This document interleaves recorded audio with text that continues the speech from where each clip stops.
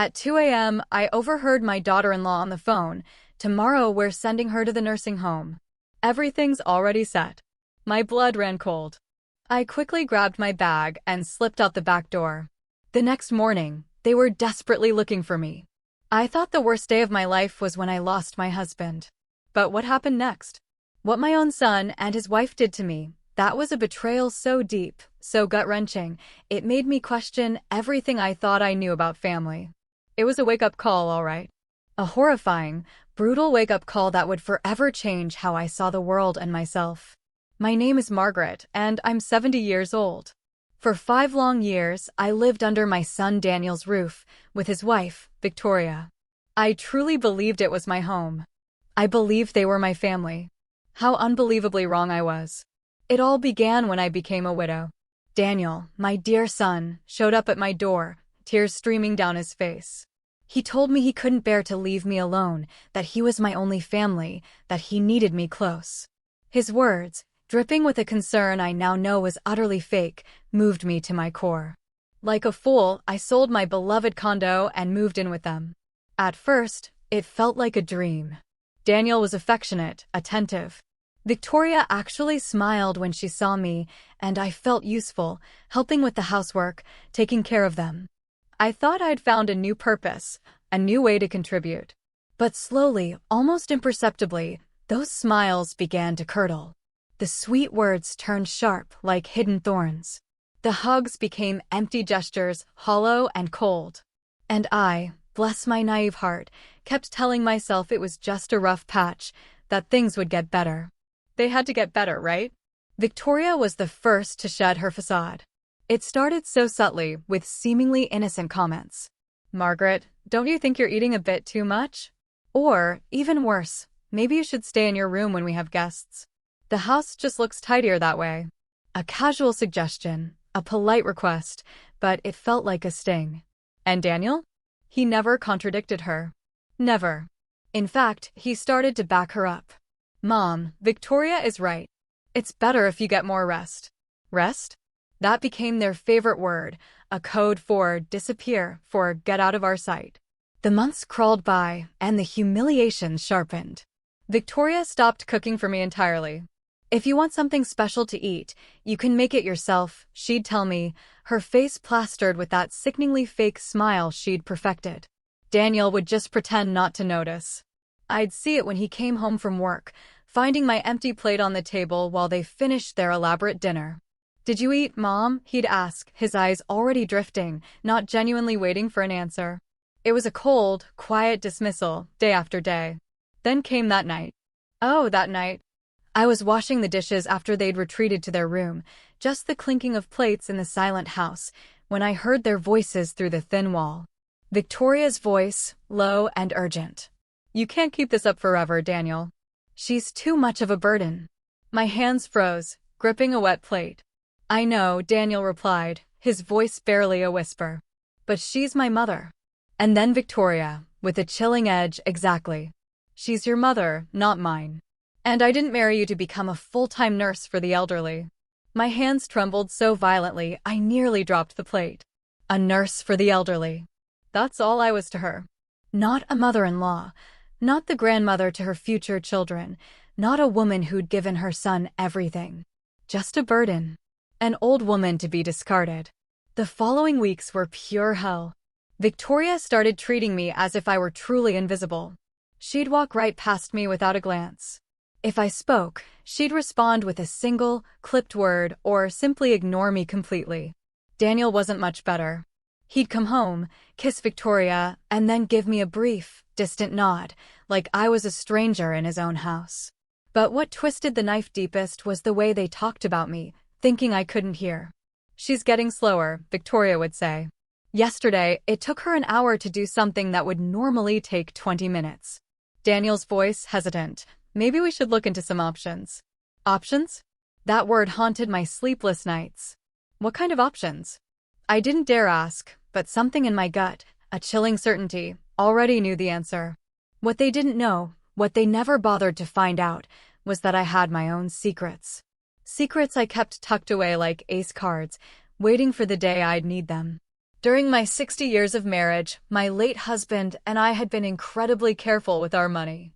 We had properties, investments, savings accounts that had grown silently, steadily over the years. When I sold my condo to move in with Daniel, I didn't spend that money. I invested it, and it had grown substantially. Furthermore, there was something else they were completely unaware of, something that could change everything if I ever decided to reveal it. Then came that night. That damned August night. I was pretending to sleep in my small room at the end of the hall when I heard footsteps in the kitchen. It was Victoria, talking on the phone in a hushed voice. I crept silently to my bedroom door, every muscle tense.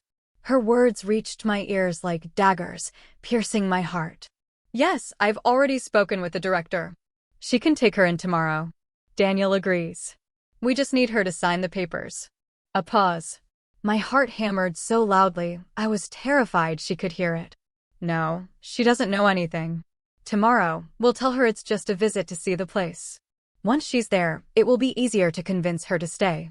Another longer pause. Do I feel bad? Please. We've been putting up with her for 5 years.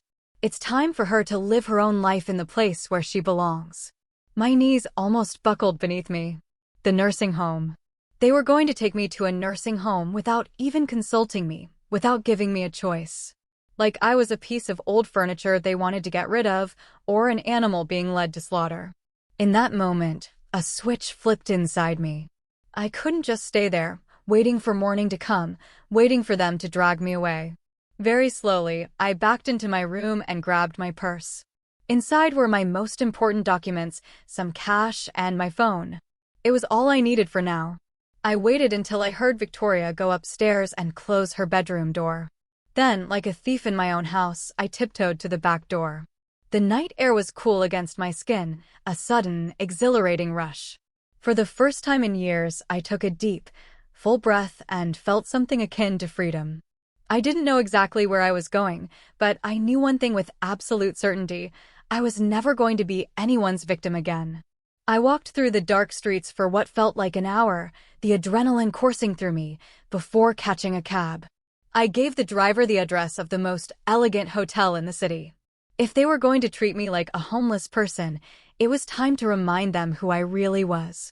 The receptionist looked at me strangely when I arrived at 3 a.m. with only a purse, but my credit card, glinting in the dim light, spoke for itself. The presidential suite, I said, my voice steady, for 2 nights to start. I sat on that king-size bed, in that room that cost more per night than Daniel earned in a week. And for the first time in years, a genuine, defiant smile spread across my face. At 6 a.m., my phone started ringing. Daniel. I let it ring. He called again, and again, and again. Then the texts started flooding in. Mom, where are you? We're worried. Please answer. Worried? What a convenient word. By 8 a.m., Victoria had also joined the chorus of calls. Her voice on the voicemail was hysterical. Margaret, please come back. We don't know what happened. Daniel is desperate. Desperate? Probably because they realized their little nursing home plan had just blown up in their faces. I ordered room service. Eggs Benedict, smoked salmon, fresh fruit, Colombian coffee. As I ate on the terrace of my suite, overlooking the waking city, I imagined Daniel and Victoria running around their house, searching for me in every corner, calling hospitals, maybe even the police. Let them worry. Let them feel even a fraction of the anguish I had felt for years. After breakfast, I made some important calls. The first was to my bank. I wanted to know exactly how much money I had available. The figure, seeing it laid out, surprised even me. The investments had performed better than I had expected. The second call was more delicate. I dialed the number of Benjamin Carter, the best family law attorney in the city. I knew him because he had handled my husband's will years ago. Mrs. Margaret? His voice sounded genuinely surprised. How are you? I need to see you urgently, Benjamin. I have a complicated family situation. Of course. Can you come in this afternoon? I'll be there. The third call was the most important of all. I dialed a number I had saved for more than 5 years, since I moved in with Daniel. It was Lauren, my old friend and real estate agent. Margaret, what a surprise to hear from you. How are you, dear? Lauren, I need you to do a very special favor for me. Do you remember that property downtown you saw years ago? The one you said would be perfect for me if I ever decided to be independent again. While we talked, my phone kept vibrating with missed calls. Daniel had called 14 times. Victoria 8. They had even managed to find my late husband's number, which I still kept as an emergency contact, and had called there. How desperate it must be, I thought, to lose control of someone when you're so used to manipulating them. At 2 p.m., I went down to the hotel lobby, dressed in my best pearl gray suit and my most elegant leather shoes. I'd made an appointment at the hotel's beauty salon. Manicure, pedicure, cut, and style. If I was going to start a war, I would do it looking impeccable. The stylist, a young woman named Katie, looked at me curiously. "Special occasion, ma'am?" "You could say that," I replied, a small, knowing smile playing on my lips. It's the first day of the rest of my life. While Katie worked on my hair, I reflected on the last 5 years. How had I allowed them to treat me like that? When had I stopped valuing myself? The answer was painful, but crystal clear, from the moment I thought being a burden was better than being alone. But I wasn't alone anymore. I had money. I had resources. And most importantly, I had the truth on my side. At 4 p.m., I arrived at Benjamin's office. It was on the 25th floor of a skyscraper in the financial district. The windows overlooked the entire city, and from there, I could even see the neighborhood where Daniel lived. "Margaret, you look splendid," Benjamin said as he poured me a coffee. "But something tells me this isn't a social visit." I told him everything. The whispered conversation I had overheard, the sickening nursing home plan, my nighttime escape. Benjamin took notes while I spoke, his expression growing more serious with each detail. "This is very serious, Margaret. What they plan to do could constitute elder abuse, especially if they intended to do it without your consent." "What are my options?" I asked, my voice tight. "Many. But first, I need you to tell me something. Do they know about your real financial situation?" "No. They have no idea.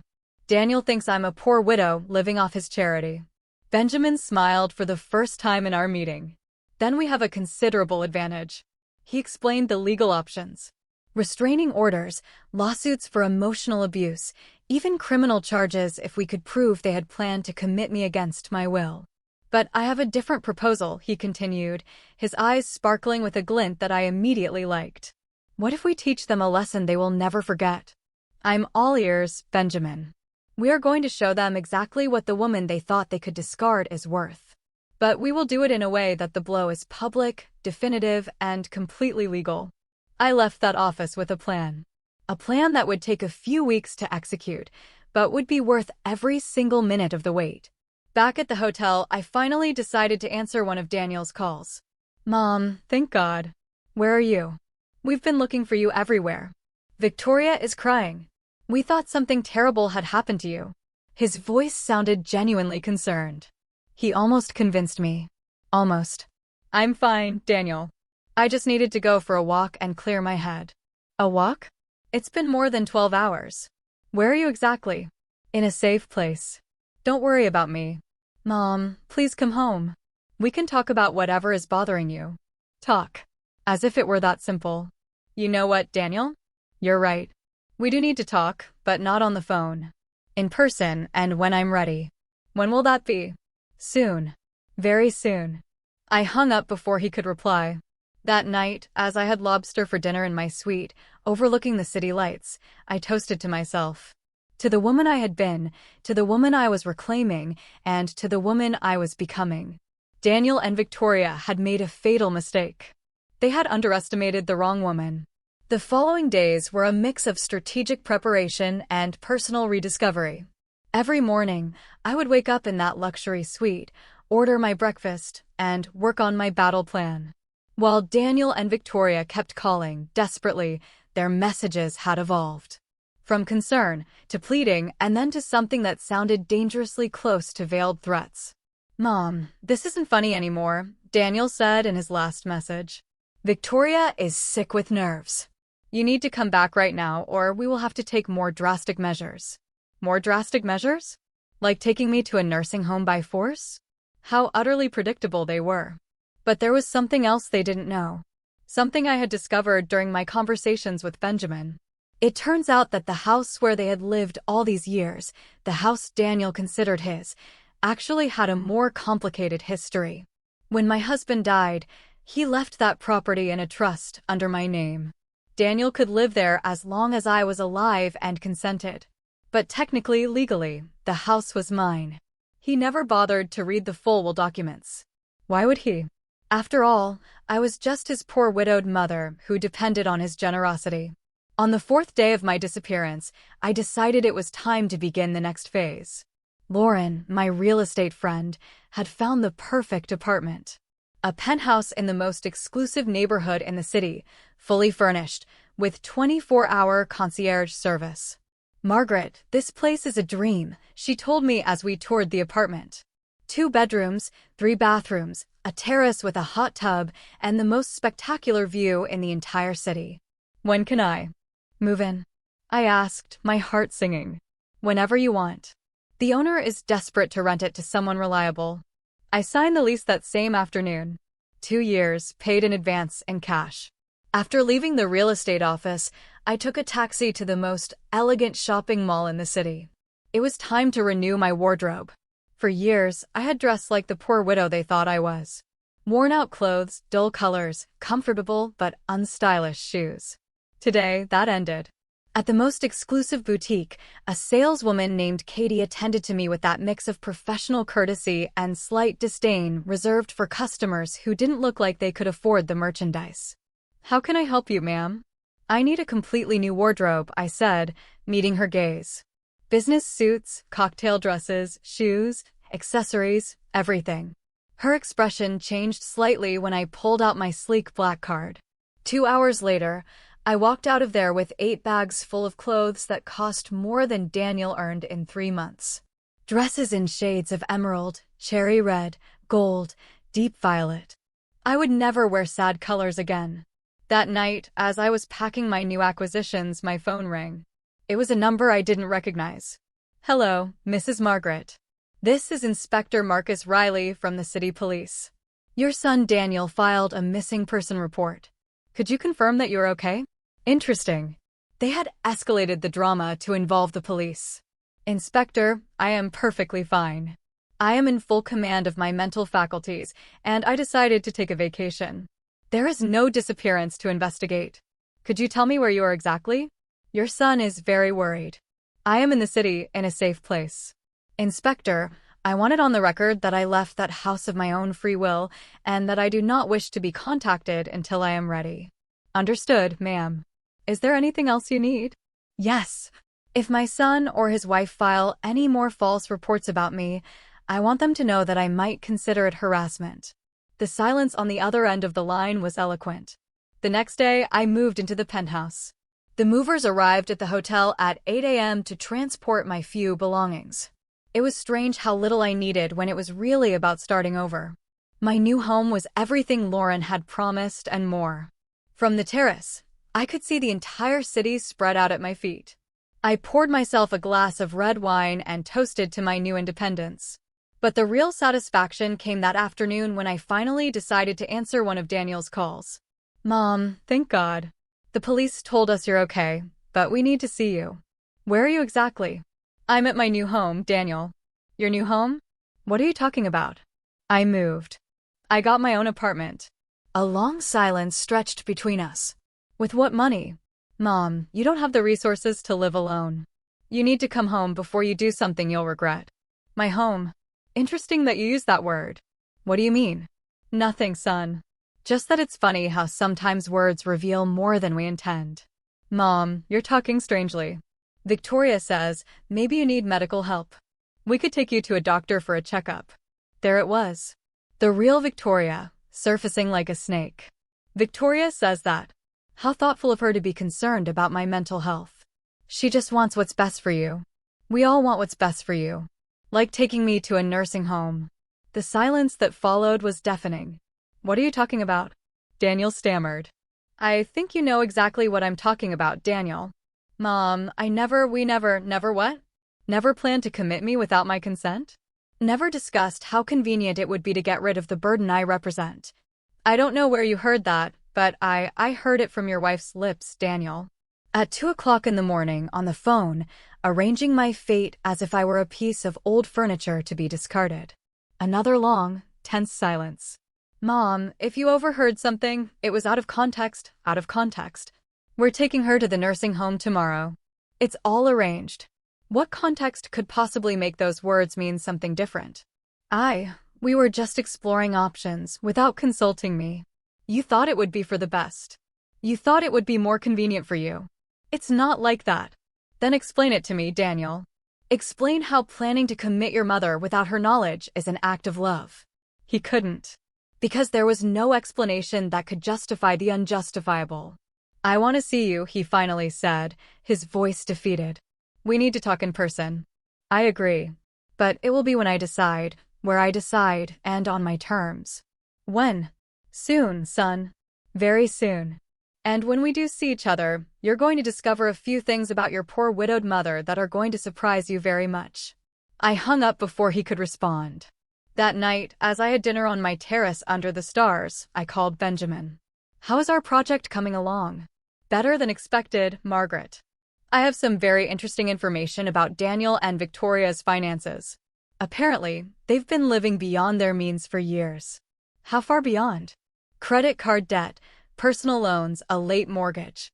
They've been using your presence in the house to justify expenses they can't afford. Interesting. There's more. Apparently, Victoria has been telling her friends that you have senile dementia and that's why you need special care. She's been building a narrative to justify the nursing home. My blood boiled. Do you have proof of that? I'm gathering it, Margaret. When we're done with this, they are going to regret ever messing with you. I hung up with a smile on my lips. Daniel and Victoria had no idea what was coming for them. A week after moving into the penthouse, I had established my new routine. Breakfast on the terrace, a workout in the building's gym, afternoons working with Benjamin on our master plan. For the first time in years, I felt truly alive, powerful, in control of my own destiny. Daniel had stopped calling after our last conversation. Victoria, on the other hand, had intensified her attempts. Her voicemails revealed a growing desperation. Margaret, please come back. Daniel is a mess.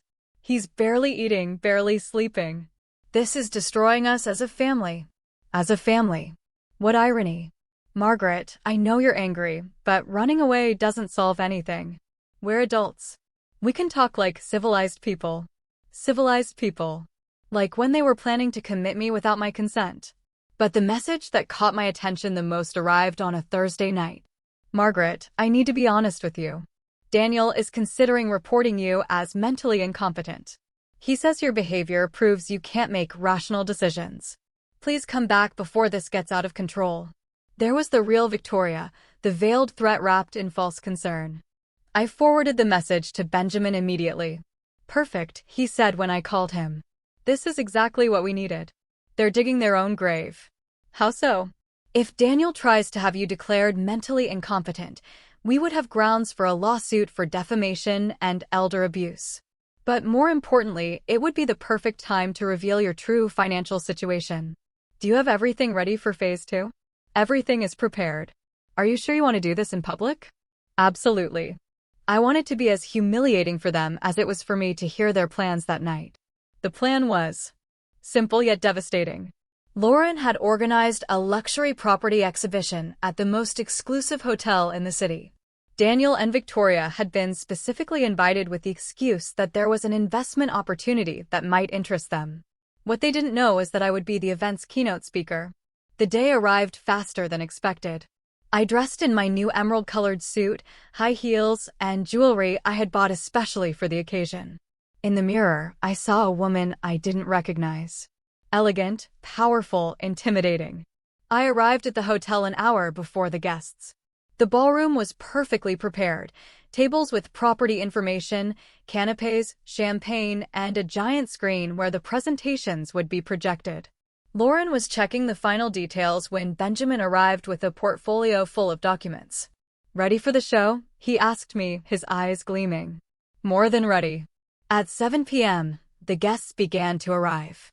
Business people, investors, wealthy individuals who were genuinely interested in the properties. And then at 7:30, I saw them walk in. Daniel was wearing his only good suit, the one he wore for weddings and funerals. Victoria had tried to look elegant in a red dress she had probably bought on sale. They looked completely out of place among the city's financial elite. I watched them from the other side of the ballroom as they looked for whoever had invited them. Their faces showed a mix of nervousness and excitement. They probably thought someone had recognized their investment potential. Lauren went up to the small stage to give the welcome speech. Ladies and gentlemen, welcome to our exclusive exhibition of premium properties. Tonight, we have the honor of presenting a carefully chosen selection of the best real estate investments in the city. Daniel and Victoria were smiling nervously, trying to blend in with the other guests. But before we begin with the properties, Lauren continued, a subtle smile playing on her lips, I want to introduce you to an extraordinary woman. A visionary investor who has recently decided to significantly expand her real estate portfolio. Please, let's welcome Mrs. Margaret Vance. The audience's applause accompanied me as I walked onto the stage. From my elevated position, I could perfectly see Daniel and Victoria's faces. First, confusion. What was their poor widowed mother doing at a luxury investment event? Then recognition. It was really me, but transformed, elegant, speaking with confidence in front of an elite audience. Finally, horror as they began to understand the implications of what they were seeing. Good evening, I began, my voice clear and firm. Over the last 5 years, I have learned a lot about the true value of things. Above all, I have learned that sometimes the people closest to us can be the ones who know us the least. I looked directly at where Daniel and Victoria were standing. Their faces had lost all color. I have decided to share my story with you because I believe it perfectly illustrates why it is so important to maintain our financial independence, regardless of our age. The audience listened attentively. Some had already noticed where I was directing my gaze. 5 years ago, I decided to move in with my son and his wife. I sold my property and thought it would be wonderful to live as a family. What I did not expect was to discover that my presence had become a burden to them. A murmur went through the ballroom. This was not the typical investment presentation they were expecting. 2 weeks ago, I happened to overhear a phone conversation. My daughter-in-law was arranging for me to be committed to a nursing home without my knowledge or consent. We're taking her to the nursing home tomorrow. It's all arranged. Those were her exact words. The murmur intensified. Some guests began to look around, trying to identify the protagonists of the story. Daniel tried to move toward the exit, but Victoria stopped him. She probably thought that running away would confirm their guilt. That night, I made a decision. Instead of becoming a victim of their plan, I decided to remind them of something they had completely forgotten. I paused dramatically. That the woman they planned to discard as a nuisance had her own resources. Considerable resources. Benjamin appeared beside the stage with a portfolio of documents. Tonight, I have purchased 3 properties from this exhibition, I continued, my voice ringing with authority. A penthouse in the financial district, a country house in the mountains, and a commercial building downtown. Total investment, $2 million in cash. The silence in the ballroom was absolute. Daniel looked as if he was about to faint. Victoria's mouth was wide open. I want this to serve as a lesson for everyone present, I continued. Never underestimate older people. And never, ever assume you know someone's true situation. I came down from the stage to thunderous applause. The audience was fascinated by the drama they had just witnessed. I walked directly toward Daniel and Victoria. Other guests had already realized who they were and were looking at them with a mixture of curiosity and contempt. Hello, son, I said in a calm voice. Surprised to see me? Daniel looked at me as if he had seen a ghost. His face had gone from white to red and then to a sickly green. Victoria, on the other hand, looked like a marble statue, completely paralyzed. Mom, Daniel whispered. What? What is all this? This, my son, is reality. The reality that you two never bothered to get to know. The other guests began to gather discreetly, pretending to look at property brochures while openly listening to our conversation. The drama was too juicy to ignore. Mrs. Margaret, Lauren intervened with a malicious smile. Are these the relatives you told me about? The ones who thought you needed special care? Victoria finally found her voice.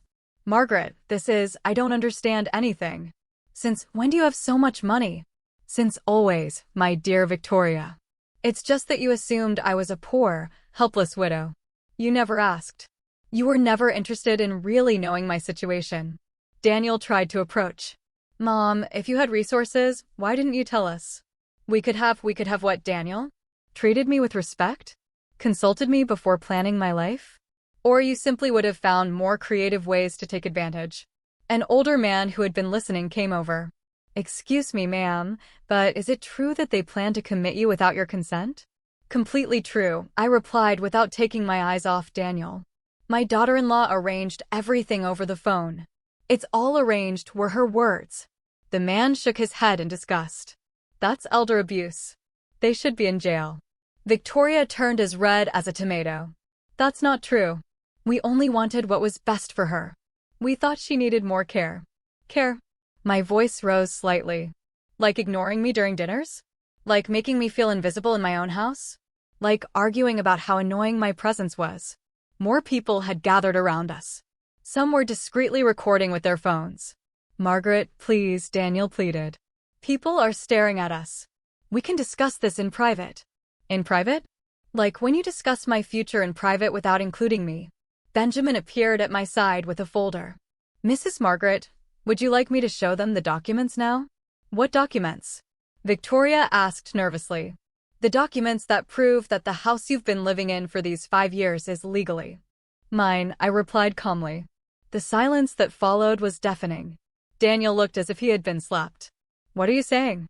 I'm saying that when your father died, he left that property in a trust under my name. You can live there as long as I'm alive and I consent. But technically, legally, the house is mine. Victoria staggered. That can't be true.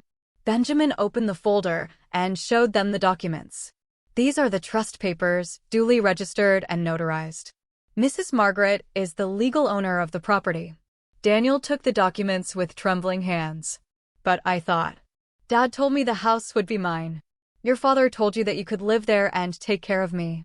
That's not the same as being the owner.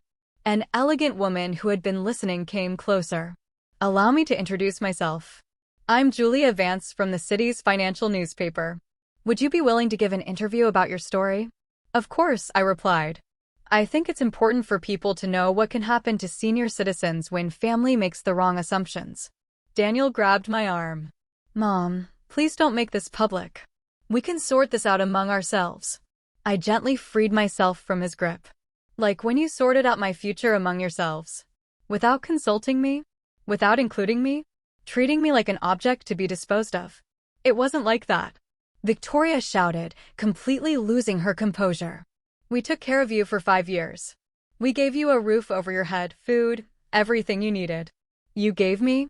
My voice turned icy. You gave me a roof over my head in my own house. The murmur of indignation from those present was audible. Several were clearly on the side of the elegant older woman who had been betrayed by her own family. Mrs. Margaret, the journalist said. What are your plans now? Very simple, I replied with a smile. I am going to live my life on my own terms, in my own home, with my own money. And I am going to make sure my story serves as a warning to other seniors who may be in similar situations. Daniel looked completely defeated. And what about us? Where are we going to live?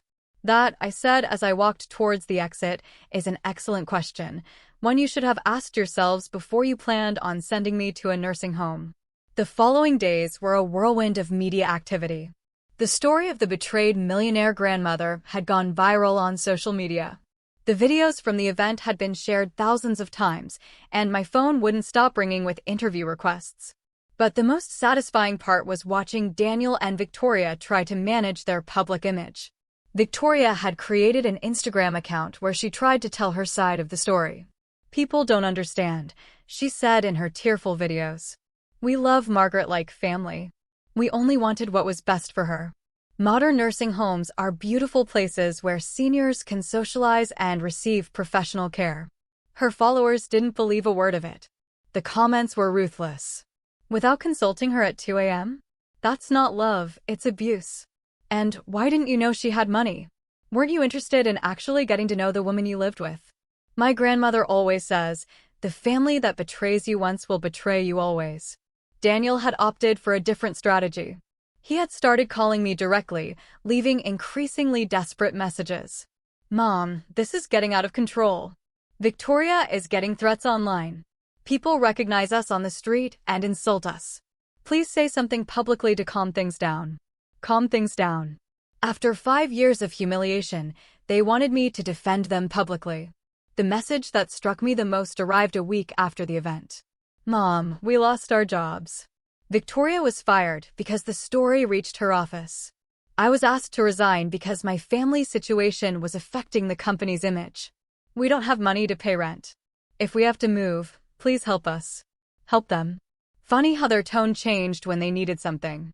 That afternoon, I had the most important interview scheduled so far, the most watched morning television show in the country. Julia had arranged for it to be live, broadcast from my penthouse, to showcase my new life. I prepared carefully, a violet dress, elegant jewelry, perfect makeup. When the camera crew arrived, my apartment looked like something out of a decorating magazine. We're live in 3, 2, 1. Good morning. I'm Julia Vance, and I'm here with Margaret Vance, the woman whose story has moved the entire country. Margaret, tell us, how do you feel after everything that has happened? Julia, I feel free. For the first time in 5 years. Free to live without apologizing for existing. Free to make my own decisions. Free to be treated with the respect I deserve. Your daughter-in-law, Victoria, has been giving interviews saying that you only wanted to protect her, that the nursing home was for your well-being. Julia, when someone plans your future without consulting you, secretly, in the middle of the night, that's not protection, that's control. And when they have also been treating you like a burden for years, it's hard to believe their motives were truly altruistic. What would you say to other seniors who might be going through similar situations? I would tell them that it's never too late to reclaim your dignity, that you shouldn't let anyone make you feel like a burden. And above all, to maintain control over your own lives and finances. Now, we understand that your son Daniel has been trying to contact you. Yes, he has been calling, especially since they lost their jobs. And what do you plan to do about it? Look, Julia, I'm not a vengeful person, but I'm not a foolish person either. For 5 years, Daniel and Victoria treated me as if I were invisible when they thought I depended on them. Now that they've discovered I have my own resources, suddenly I'm important again. Are you willing to reconcile with them? A real reconciliation requires a genuine acknowledgement of the harm caused. It requires sincere apologies. And it requires real changes in behavior. So far, all I've received are excuses and justifications. Victoria says the consequences have been disproportionate, that losing their jobs is too much of a punishment. Disproportionate. My voice hardened slightly. You know what's disproportionate? Planning to commit someone without their consent. That is disproportionate. What are your plans for the future? I'm considering creating a foundation to help seniors facing family abuse. I want my experience to serve to protect others. One last question, Margaret. Do you regret anything? I thought carefully before answering. I regret allowing them to treat me badly for so long. I regret wasting 5 years feeling like a burden when in reality I was an independent and capable woman.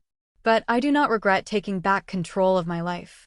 When the interview ended, my phone exploded with messages. Hundreds of people sharing their own stories, thanking me for speaking out, offering support. But the message that caught my attention the most came from an unknown number. Mrs. Margaret, this is Stephen Clark, an investigative journalist. I have information about your son's finances that I think you would be interested in knowing. Could we talk? I smiled as I dialed the number. Daniel and Victoria hadn't seen anything yet.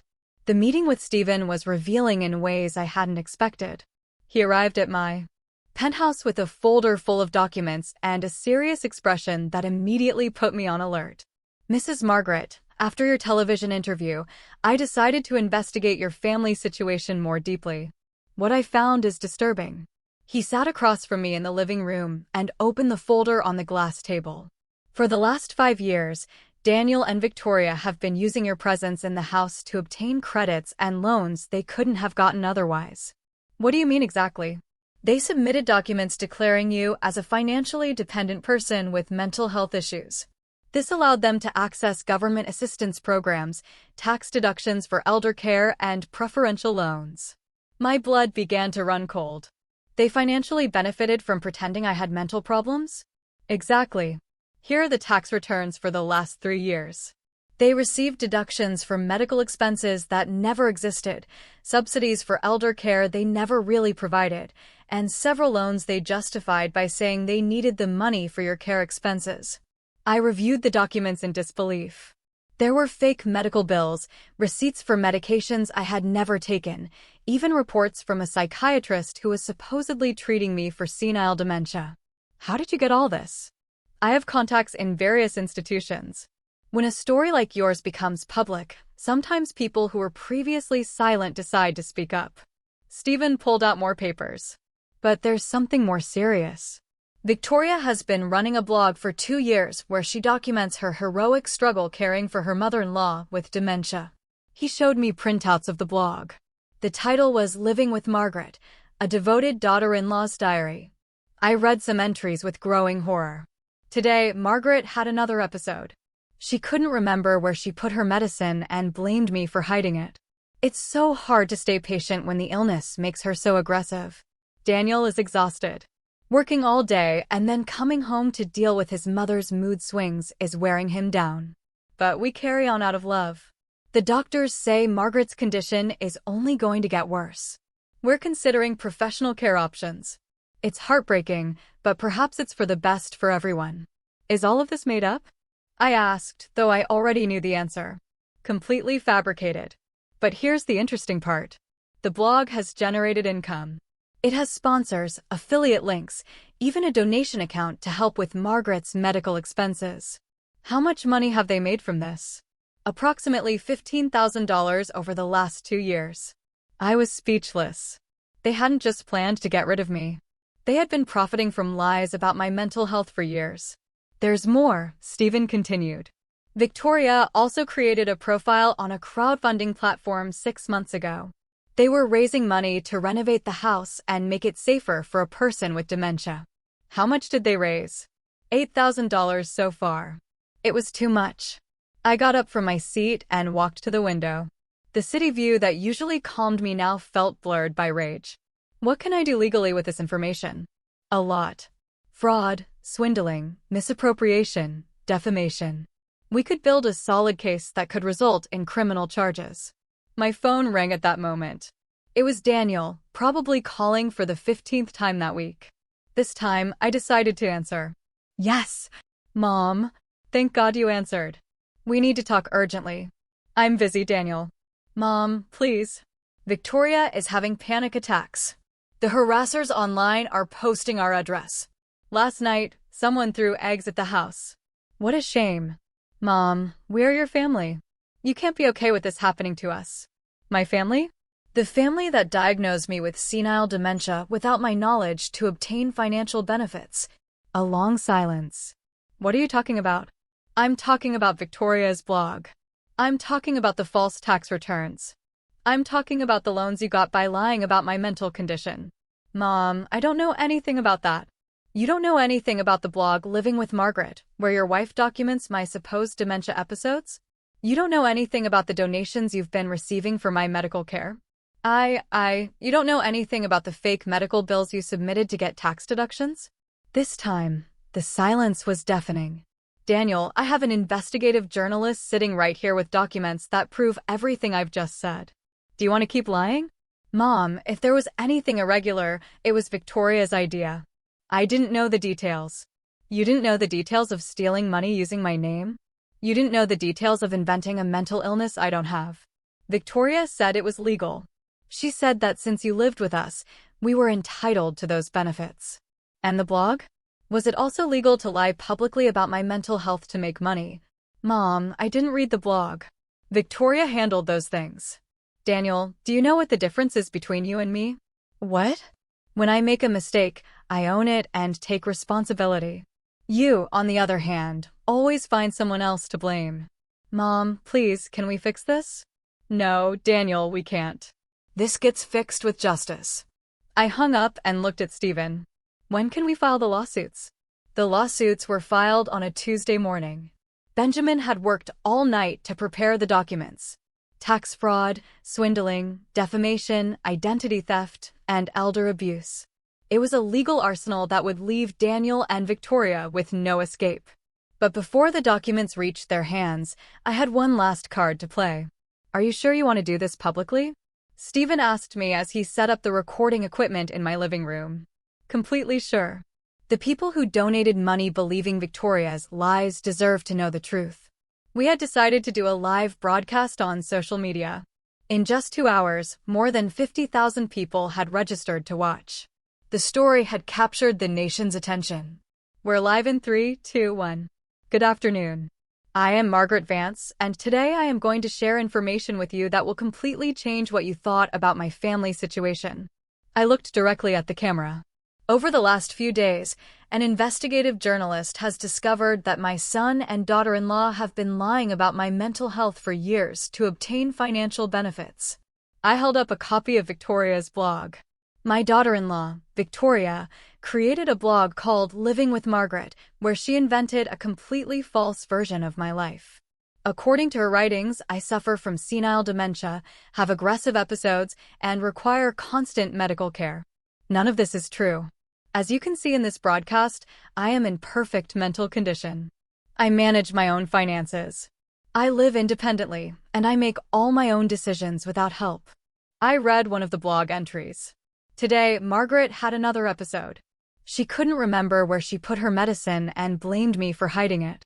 I paused, letting the words hang in the air. This entry is dated on a day I was in New York closing a real estate investment. I have the receipts, photos, and witnesses. The live comments multiplied by the second. People were outraged. But the lie goes beyond the blog. Using these false stories, they obtained tax deductions for non-existent medical expenses, government subsidies for elder care they never provided, and donations from well-intentioned people who believed their narrative. I showed the tax documents. In total, they have obtained approximately $25,000 by lying about my mental condition. My phone started ringing insistently. It was Daniel, probably watching the broadcast in a panic. "I see my son is trying to call me right now," I said, showing the phone to the camera. "Probably to ask me to stop this broadcast." I decided to answer and put it on speaker. "Mom, please stop that broadcast. You're destroying our lives." "Hello, Daniel. I'm live with 50,000 people. Is there anything you want to say publicly about Victoria's blog and the money you obtained by lying about my health?" "Mom, I didn't know you were live." "Hang up right now." "Why should I hang up? Are you afraid of people hearing your side of the story?" "This is all Victoria's fault. I didn't know anything about the blog. She handled those things." The comments exploded. People couldn't believe he was blaming his wife live on air. "Daniel, so you admit that Victoria lied about my mental condition?" I don't know what to admit. Just stop the broadcast. "Do you admit that you received money under false pretenses?" "Mom, please." "It's a simple question, Daniel. Yes or no?" A long silence. Then we heard Victoria's voice shouting in the background. "Hang up. Don't say anything else." "Is that Victoria?" I asked. "Does she want to join the conversation?" I'm sure the 50,000 people watching us would have some interesting questions for her. "No," Victoria screamed. "Daniel, hang up now." "Victoria," I said, raising my voice. "Could you explain to the audience why you invented stories about my dementia? Could you explain how you justify the money you earned with those lies? You have no right to ruin our lives like this." Victoria shouted, grabbing the phone. "I have no right after you ruined mine for 5 years? We took care of you. We gave you a home." "Victoria, I'm reading your blog live. It says here I had a violent episode on March 15th. Could you explain what happened that day?" That was because it turns out on that day I was in Miami visiting my investment broker. I have receipts, photos, witnesses. Those details don't matter." "They don't matter? Lying about someone's mental health doesn't matter? You abandoned us. You disappeared in the night like a thief." "Victoria, I left because I overheard your phone conversation, planning to commit me to a nursing home without my consent. It was for the best. The best for me, or the most convenient for you." The call was abruptly cut off. The comments went wild. People were virtually applauding, sharing the broadcast, expressing their support. As you can see, I continued calmly, looking back at the camera. It's hard to maintain lies when you're confronted with real evidence. This broadcast isn't just about my personal story. It's about something much bigger. The systematic abuse of senior citizens by family members who take advantage of their perceived vulnerability. Tomorrow, my lawyers will file formal lawsuits against Daniel and Victoria for fraud, swindling, and defamation. All the money they obtained fraudulently will be returned to the corresponding institutions and to the people who donated believing their lies. But more important than legal justice is moral justice. I want my story to serve as a warning. Never let anyone take away your dignity, no matter how old you are or how vulnerable you may seem. Thank you for joining me today. I will keep you informed about the progress of the legal case. I ended the broadcast with over 80,000 viewers. My phone immediately exploded with messages of support, interview offers, and contacts from other seniors sharing their own stories. But the message that satisfied me the most came an hour later. It was from the crowdfunding platform informing me that they had closed Victoria's account and frozen the funds pending distribution. Justice was finally beginning. 6 months later, I was sitting on the terrace of my penthouse enjoying my morning coffee while reading the day's news. The front page of the local newspaper had a headline that made me smile. Couple sentenced to prison for fraud against a senior citizen. Daniel had received 2 years in prison. Victoria, as the mastermind of the scheme, had received 3.5 years. In addition, they would have to pay a $50,000 fine and perform community service in nursing homes once they completed their sentences. Justice had been complete and satisfying. But the most rewarding part was not their punishment, but what I had built with my freedom. The Margaret Vance Foundation for the Protection of Seniors had already helped over 200 people in situations similar to mine. We had established a helpline, free legal services, and a financial education program for older adults. My story had even inspired changes in state legislation on elder abuse. It was now more difficult for family members to obtain fraudulent benefits, and there were stronger protections for vulnerable seniors. But perhaps most importantly, I had rediscovered myself. At 71, I had learned to dance salsa, enrolled in painting classes, and traveled to places I had only dreamed of visiting. I had an active social life, true friends, and a renewed purpose. My phone rang, interrupting my thoughts. It was Lauren, my real estate agent, who had become one of my best friends. "Margaret, did you see the news? I just read about the sentencing." "Perfect." "No, not that. Did you see that Victoria tried to sell her story to a television production company?" I laughed. "Seriously? What story?" "The one about how she defrauded her mother-in-law and ended up in prison. Apparently, she wanted to make a series about the dark side of social media and how internet justice destroyed her life." The nerve. And what happened? The production company rejected the proposal after investigating the facts. Turns out they prefer stories with more sympathetic protagonists. That afternoon, I had an important meeting. I had decided to write a book about my experience, and my editor was coming to discuss the final details of the contract. "Margaret," she said as we reviewed the manuscript, "your story is powerful because it's real. There's no fictional revenge or magical justice. It's simply a woman who decided not to be a victim." That was exactly the message I wanted to convey. Have you thought about making any contact with Daniel now that he's in prison? I've thought about it, I admit it. But I've decided I have nothing to say to him until he shows real change. Empty apologies don't rebuild broken trust. And if he wanted to make amends when he gets out, he would have to start by fully acknowledging what he did, without excuses, without blaming Victoria. He would have to show that he understands the harm he caused. And he would have to accept that the relationship would never be the same. That evening, as I prepared dinner in my gourmet kitchen, I reflected on the journey I had taken. The woman who had escaped through the back door that morning had been a frightened victim. The woman cooking now was an empowered survivor. My story had proven something that many people forget. It is never too late to reclaim your life.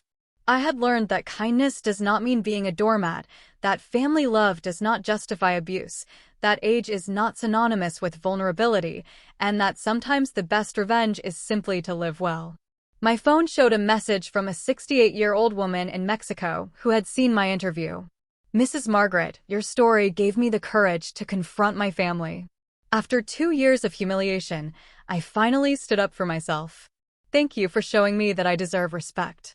Messages like that arrived daily. Each one reminded me why it had been worth making my story public. As I had dinner on my terrace, watching the city lights stretch to the horizon, I silently toasted to all the women who had found their voice after years of silence. Daniel and Victoria had thought they were discarding me like trash. Instead, they had freed me to become the best version of myself. On my desk was a photo of my late husband. I spoke to him as I did every night. My love, I know you would be proud. I didn't let them turn me into a victim. I defended my dignity and helped others defend theirs. That night, before sleeping, I wrote in my journal, I don't regret adopting Daniel when he was a child. I only regret not understanding sooner that kindness should never be practiced at the cost of self-destruction. The next morning, I would have a new interview, another opportunity to tell my story, another chance to help someone who felt invisible in their own life. Because in the end, I had discovered that my true purpose was not to be the perfect mother or the accommodating mother-in-law. My purpose was to simply be Margaret, a whole, independent, and free woman.